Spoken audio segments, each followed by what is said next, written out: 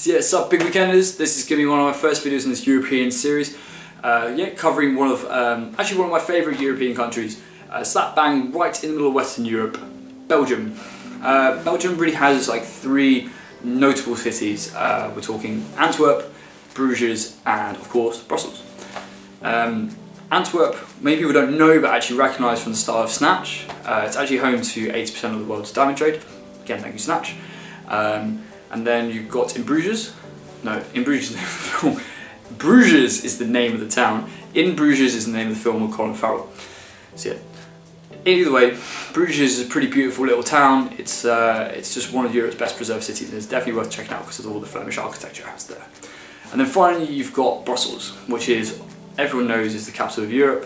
It's the capital of Belgium and it's not really got in that many notable films, but it's still a pretty cool place. So yeah, all three cities are actually really well preserved, but Bruges and Antwerp especially, because they're really well renowned for their traditional Flemish architecture. The only problem with Brussels is that some 150 years ago they've made the stupid decision to actually start tearing down some of the buildings to build larger, more modern looking buildings, basically those horrible concrete kind of looking things, which they've started tearing down, they started replacing them with new EU buildings. So you kind of, with Brussels you've got a massive mix of just old and new architectural styles, a bit like London, but if you want the more traditional kind of styles, really go to like Antwerp and Bruges, because you know the Flemish architecture is really beautiful, especially with a couple of like canals and little parks and stuff in the city. It's very beautiful.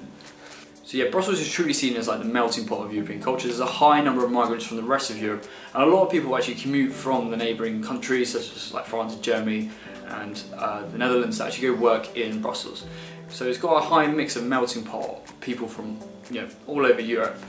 Furthermore, the country is kind of seen as the crossroads of Europe, which means you kind of you have a massive clash of cultures, which is kind of like where people have described the food as having like the quantity of German food with the quality of French food, which is something that's so fucking awesome. So yeah, Belgium has three main ethnic groups, the Walloons, the Flemish and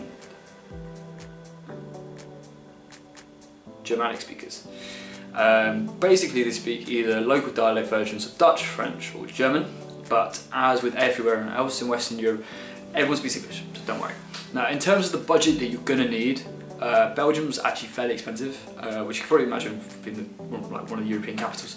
Average dorm price is about 15 euros a night, average meal could be about 10, average pint about 4 to 5. But really with the pint price, actually, to be fair, the beers are traditionally stronger, so I wouldn't really worry about it too much.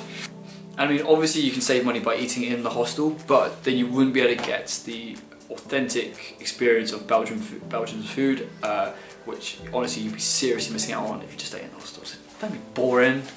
So yeah, and Belgium has a great alfresco culture, with a lot of like winding narrow streets and a lot of the restaurants spilling out onto the streets themselves.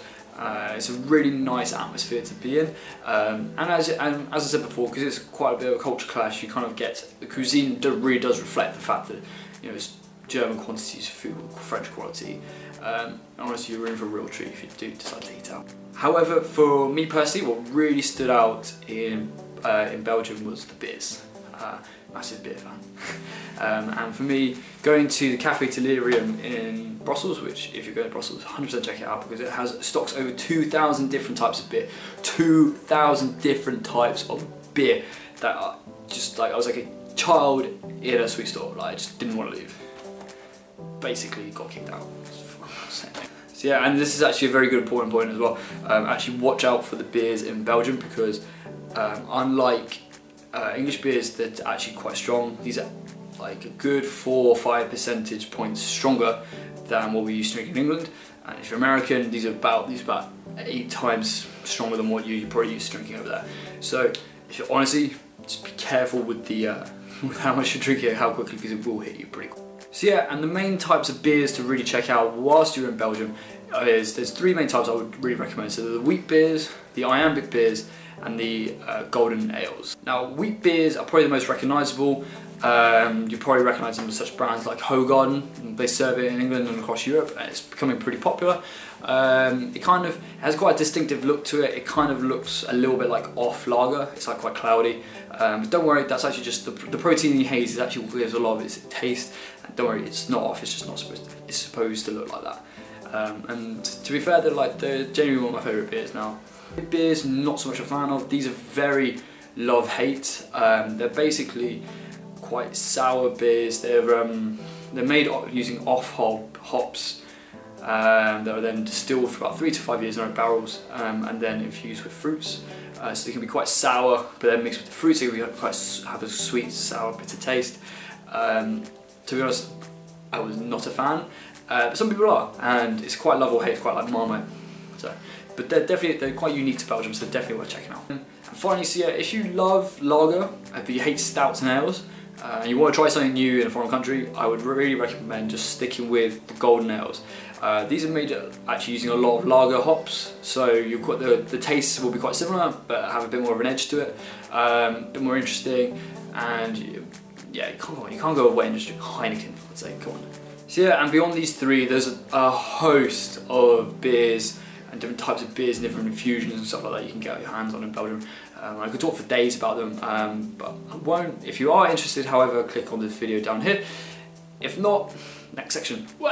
Okay, so these are going to be my top 5 foods, well, my 5 favourite foods from Belgium. So yeah, number 1 has got to be the waffles. These are served from, just don't get them in a restaurant, get them from the street vendors.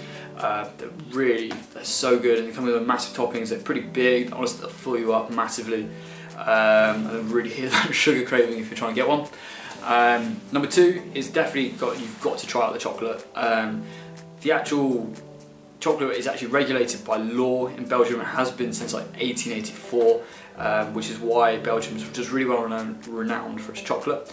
Over 2,000 chocolatiers in the country, so if you're a chocolate fan, try to stay away from the touristy places, obviously, and just try to sample some of the local chocolate, and you'll be in for a treat. So yeah, number 3 is French fries and mussels. Doesn't sound like too Belgium-y, but actually it's one of their national dishes. It's a great mix, literally mussels, as if you found it in the sea, and then French fries, which I'm not going to get into the whole argument of whether or not French fries are from Belgium. I'll be here for days, and man does not have time for that. But if you're interested to guess, Google search it. I might whack a link in the link below. Number 4, it's got to be the local variations of basically German-style sausages. As I said, because obviously Belgium's a bit of a melting pot, it imports a lot of its cuisine from its neighbours. One of its neighbours, Germany, imports a lot of sausages. Obviously it has its own style and technique and flavours and stuff like that, so it's definitely worth checking them out because it's cracking. And the last thing is something that I'm going to struggle to pronounce. Okay, so the last one, number 5, is Carbonades Flamandes.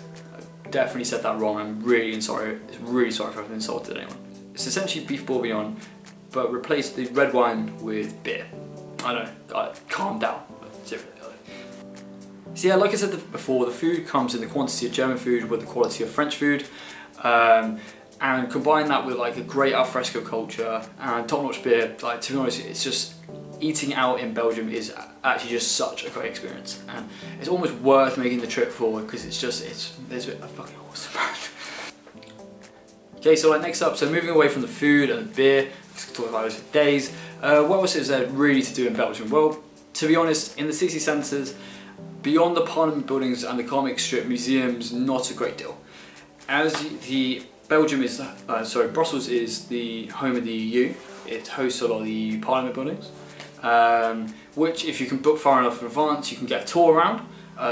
If that's the kind of thing that you want to do. There's a lot to do and see in terms of like the EU,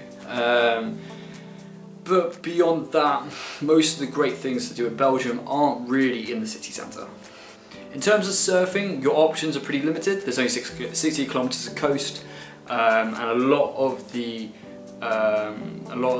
great swells kind of get picked up by France and like the Netherlands. So, as whilst the Netherlands has a bit of a surfing community, it's not exactly Morocco.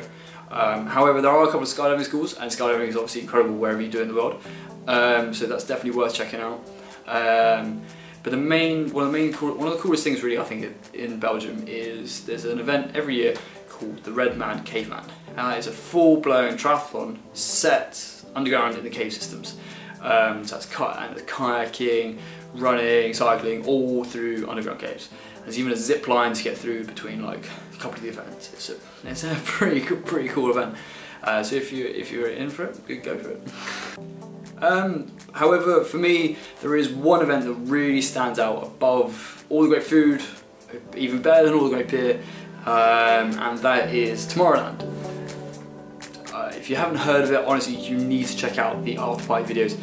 This is like one of Europe's largest festivals. There's about 200,000 people every year go to this festival, and it's just out of this world. Just the stages and the scale of this is huge, and the people come from over 75 nations to go to this, and the tickets sell out within seconds.